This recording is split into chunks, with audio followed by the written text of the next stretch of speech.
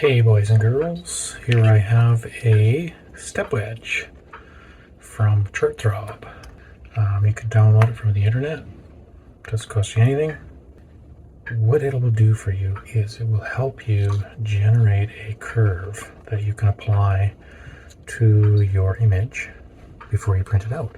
Now, contrast curves are important with digital negatives, just like when you're developing film and you've got to develop it to the correct contrast index or the density range in order to fit the process that you're working with, so that you get good tonalities and decent contrast, not too much contrast. You can actually generate with Chartthrob in Photoshop, you can generate a curve. So I use Chartthrob in conjunction with QTR, Quad-Tone Rip, which I think is quite an amazing way to print out digital negatives, because you can control the amount of ink that is put down. I need to make a new curve for cyanotype printing because I'm not really satisfied with the tonalities that I'm getting. So what I'm doing here will also applies to other processes that I use, like Cyanotype printing and carbon transfer, gum bichromate. So I've got this paper all sensitized and I'm going to contact print this. All right, I just made the exposure. I did 5 minutes. So we'll see what we get.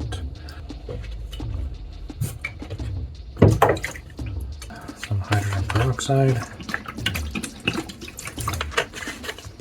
It's not bad. It's a little bit too blue here in the white area. So what I'm going to do is I'm going to go back into QTR and I'm going to just put down a little bit more ink so that we get a whiter white here. In order to do this, I got to shut down Photoshop. I have to go to my QTR folder, which is here, into my profiles. So this was my cyanotype profile that I just used.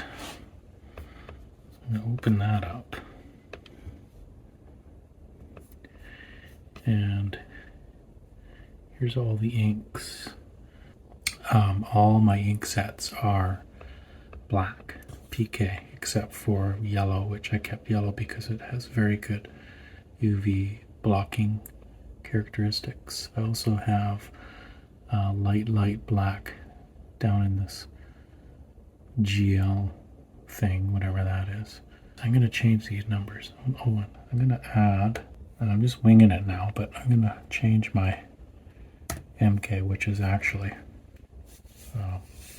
PK, and my magenta cartridge is actually PK, so I'm going to bump that up to 6.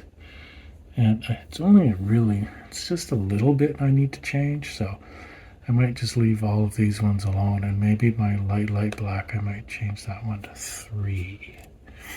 Then I'm going to save it and close it, and then I've got to upload it. And this is why you have to have Photoshop closed and for this to work. So I'm going to click on the install command, and it's going to do its thing, and it's done. And I'll close that. And now I'm going to reopen Chartthrob, and there it is.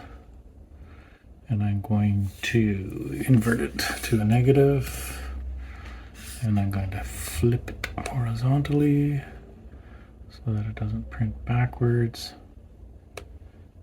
And I'm going to now go to the printer and print this through that profile, but no curve yet. I think I'll stick it over here. And I'm going to go to print settings and to Quad-Tone Rip QTR. Make sure it's on that profile, which it is. These are all good. And I'm going to save it, and I'm going to print it.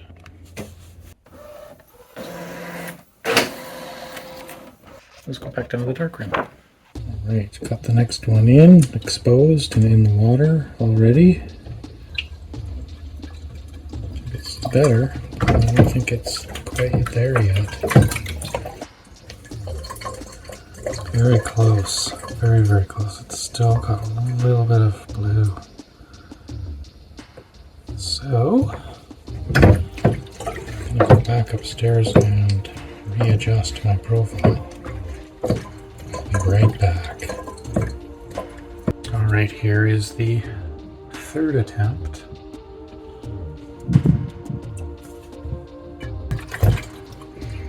Okay, now it's not enough tonality.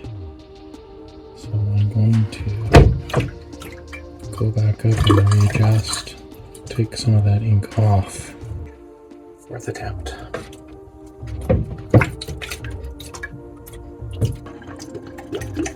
It's an improvement, but it's not quite there. It's almost there.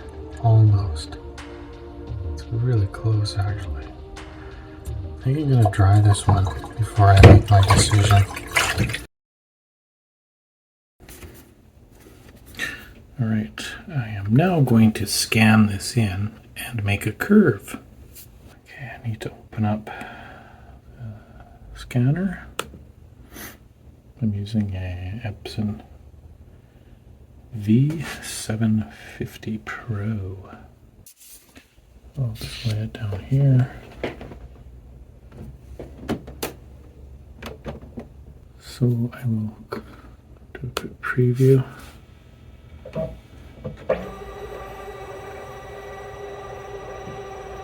just tell the scanner to scan this part. I'll do some adjustments on the histogram.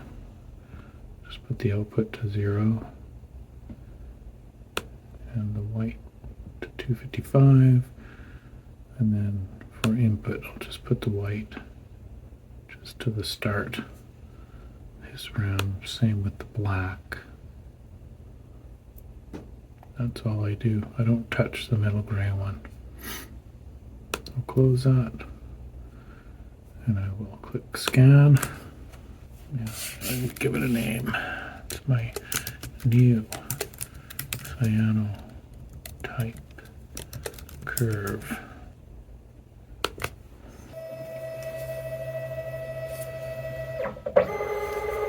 So it should be on my messy desktop somewhere. There it is there. And I'm going to open that in Photoshop.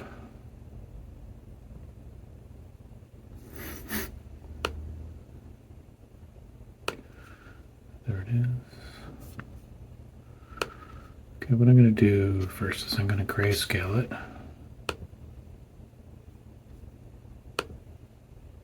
And then I'm going to put it back to RGB because these Chartthrob Curve Maker insists that it be in RGB.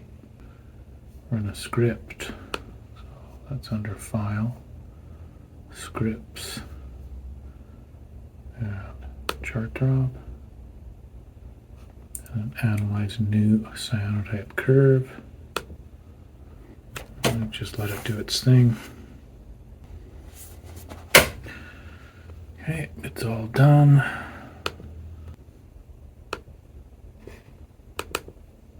Okay, so it's really, really rough looking. So what I'm going to do is I'm going to save that curve preset. So I'm going to open up the curve, that rough curve. There, you can see it. It's pretty rough looking, so I'll just clean it up a bit. Take the white, drag it up. Maybe I'll bring this one down a bit. Bring this one down a little bit. Maybe I'll bring this one up. This one up. And this one up. Bring this one down a smidgen. Black, Oh, I think it's up a little bit. There we go. Okay, I think that's nice and smooth. I'll save that. And I will call it new.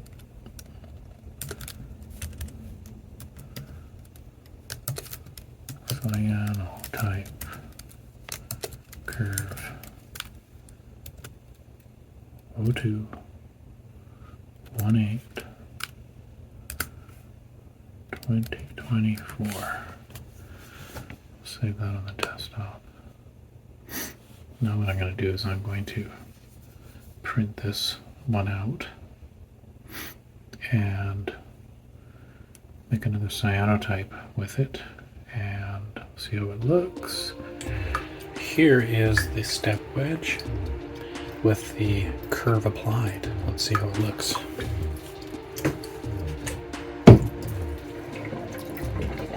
I think this is good. I think it's time to try this with an actual image. Here we go with an actual print.